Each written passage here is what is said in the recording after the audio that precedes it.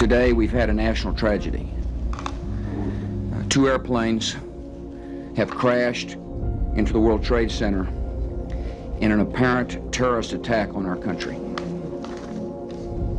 I have spoken to the Vice President, to the Governor of New York, to the Director of the FBI, and have ordered that the full resources of the federal government go to help the victims and their families, and to conduct a full-scale investigation to hunt down and to find those folks who committed this act. Terrorism against our nation will not stand.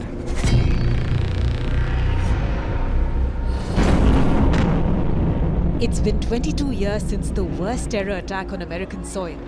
On the morning of September 11, 2001, the world watched in horror and disbelief as 4 coordinated terror attacks were carried out by Osama bin Laden's Al-QAEDA.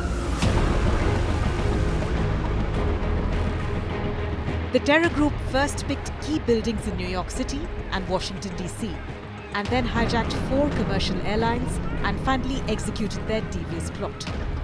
2 planes, minutes apart, crashed into the north and south towers of the World Trade Center in New York City. I didn't see what happened, but I saw people jumping out of the building just now. I'm trying to save my sister's all right pictures of that building. No, the World Trade Center itself. She's in the World Trade Center. I can't talk. I'm sorry, I really can't talk. We're in the lobby.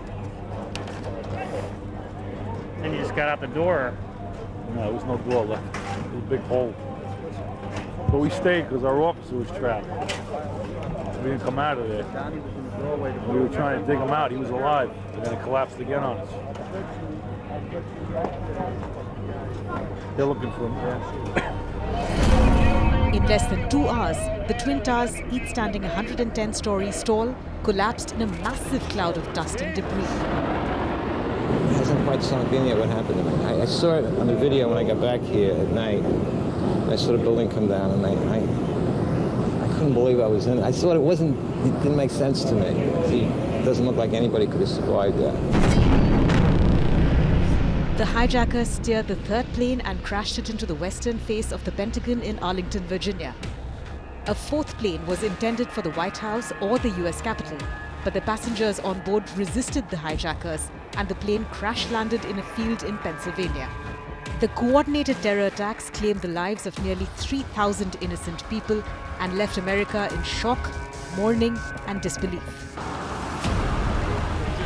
The scale of the terror attack and the loss of lives ushered in a new era of fear and insecurity in the US, but also had massive global implications.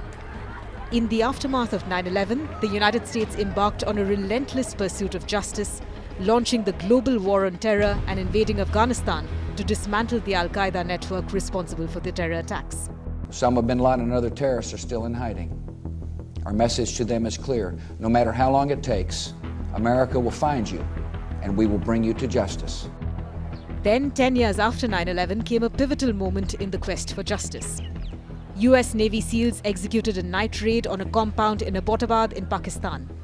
This covert operation led to the death of Osama bin Laden, the mastermind of the dastardly terror attack. The world watched as the man responsible for orchestrating one of the deadliest terror attacks in history was brought to justice. 22 years after 9/11, nearly 40% of the victims are yet to be identified. The 9/11 Memorial and Museum at Ground Zero stands as a solemn tribute to the victims, survivors, and the heroes of that fateful day.